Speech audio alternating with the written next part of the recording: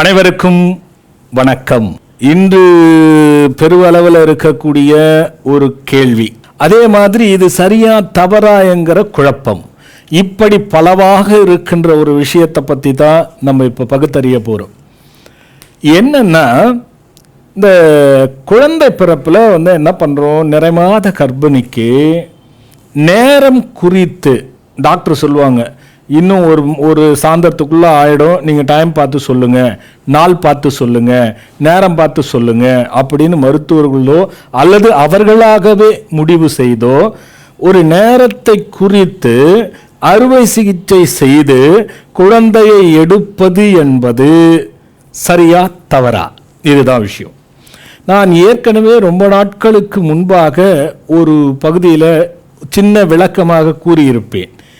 அறுவை சிகிச்சை செய்துதான் இந்த குழந்தை வெளிவரும் என்ற விதி இருந்தால் அது அப்படித்தான் கொண்டு போய்விடும் என்று சொல்லியிருப்பேன். இது சரியா தவறா என்றால் நிச்சயமாக இது தவறு.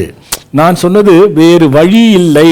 ஒரு சிலவங்க புத்திசாலித்தனமாக பெரியவர்கள் என்ன பண்ணுவாங்க, எப்படி 2-3 நாள் நடந்துடும், இன்னைக்கு பிறந்தா நல்லா இருக்கும், இன்னைக்கு அப்படி சப்போஸ் ஆப்ரேஷன்னா முதல்ல தேதி குறித்து வச்சுருப்பாங்க. நல்லா புரிஞ்சுக்கோங்க, தேதி குறித்து வச்சுட்டாங்களா? ஆனால் இவங்க சொன்ன மாதிரி அது நடக்காது. என்ன ஆகும், தாய்க்கு பனிக்குடம் தண்ணி உடஞ்சிரும், இல்லைன்னா வேற மாதிரி பிரச்சனை வந்து அவங்க சொன்ன முன்னாலோ அதற்கும் முன்னாலோ திடீர்னு அறுவை சிகிச்சை செய்தே ஆக வேண்டும் என்கிற ஒரு நிர்பந்தம் வந்துடும்.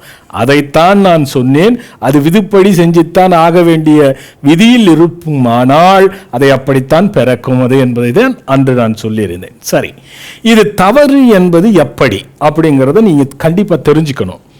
இப்போ நாள் பார்த்து நேரம் பார்த்து நீங்கள் குழந்தை எடுக்கிறதுல நிறைய விஷயங்கள் இருக்குங்க. ஒரு குழந்தை இயற்கையாக பிறக்கட்டும், அது நாள் எப்படியாவது இருக்கட்டும், அது கிரகப்படி பிறவியின் பயனாக நல்லவைகளையும் கெட்டவைகளையும் அனுபவித்தே தீர வேண்டும் என்கிற ஒரு சூழ்நிலை இருக்கும். இப்போ ஒரு சில நாட்களில் லக்னம் முதல் கொண்டு அந்த கட்டத்திலே கிரகத்தினுடைய அமைப்புகள் அனைத்து நாள்களிலும் ஏதாவது ஒரு விஷயத்தில் நல்லது கெட்டது இருக்குது இல்லையா? சரி, நீங்கள் நல்லதை மட்டும் பார்த்து எடுத்துடுறீங்கன்னு வச்சுக்கோங்க. இந்த நாள் நல்லா இருக்கு, இந்த நேரம் நல்லா இருக்கு, இந்த நேரத்தில் குழந்தை எடுப்பன்னா அதுக்குள்ள நிறைய பிரச்சனைகள் இருக்கும். வாழ்க்கை நல்லா இருக்கிறத பார்க்குறோன்னா மற்ற விஷயங்கள் எத்தனை இருக்கிறது அதை நாம் சிந்திப்பதில்லை. அப்போ என்ன ஆகும்னா, நம்ம வாழ்க்கையில் ஏதாவது பிரச்சனைகள், தோல்விகள், தடைகள், தடுங்கல்கள், விபத்துகள், அப்புறம் இது தீராத பிரச்சனைகள், உத்தியோகம் இல்லாது, தொழில் அமையாது, இதுக்கெல்லாம் கூட பின்னாடி ஒரு காரணமாக போய்விடும். இயற்கையாய் நாம் அது எப்போ நடக்குதோ நடக்கட்டங்க, அது ஆண்டவனுடைய விதின்னு விட்டுட்டோம்னா நமக்கு பெருமளவில் பிரச்சனைகள் கம்மியாக இருக்கும். ஆனால் குறித்து எடுத்தால் எத்தனை பேர் நீங்கள் பிறக்கின்ற குழந்தைக்கு அன்றைய கிரகங்கள் என்ன சாரத்தில் இருக்கிறது, என்னென்ன மாதிரி இருக்கிறது, எப்படியெல்லாம் பின்னாடி நடக்கும், 15 வருடம் 10 வருடம் 20 வருடத்திற்கு பிறகு எப்படி இருக்கும் என்பதை யாராவது கணித்து நாளை மட்டும் பார்க்குறீங்களே தவிர திசை என்ன, புத்தி என்ன, வருகின்ற திசை 6, 8, 12 இருக்கிறதா, நல்ல திசையா கெட்ட திசையா, எந்த திசை வருகிறது, அந்த திசை எத்தனை வருடம் இருக்கிறது, அது என்ன பாதச்சாரத்தில் இருக்கிறது, அது நன்மை செய்யுமா தீமை செய்யுமா, நம்பிக்கை வைக்கலாம், ஜோதிடத்தின் மீது தவறு கிடையாது. ஆனால் இந்த மாதிரி பிரச்சனைகளுக்கெல்லாம் நீங்கள் அதை நம்பி போய் இறங்கக்கூடாது.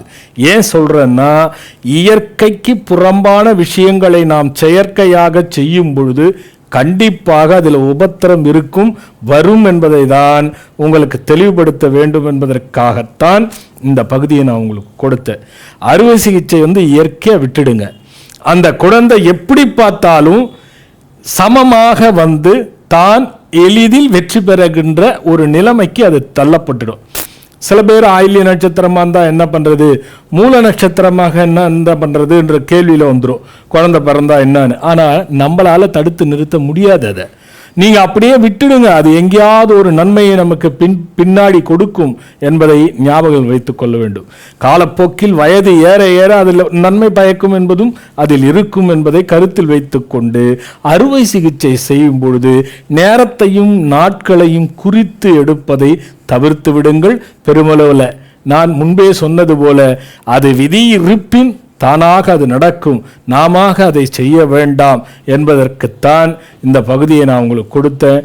நிச்சயமாக அறுவை சிகிச்சை நாளும் நேரமும் குறித்தெடுப்பது தவறு. அடுத்த பகுதியோட பார்க்குறேன். வணக்கம்.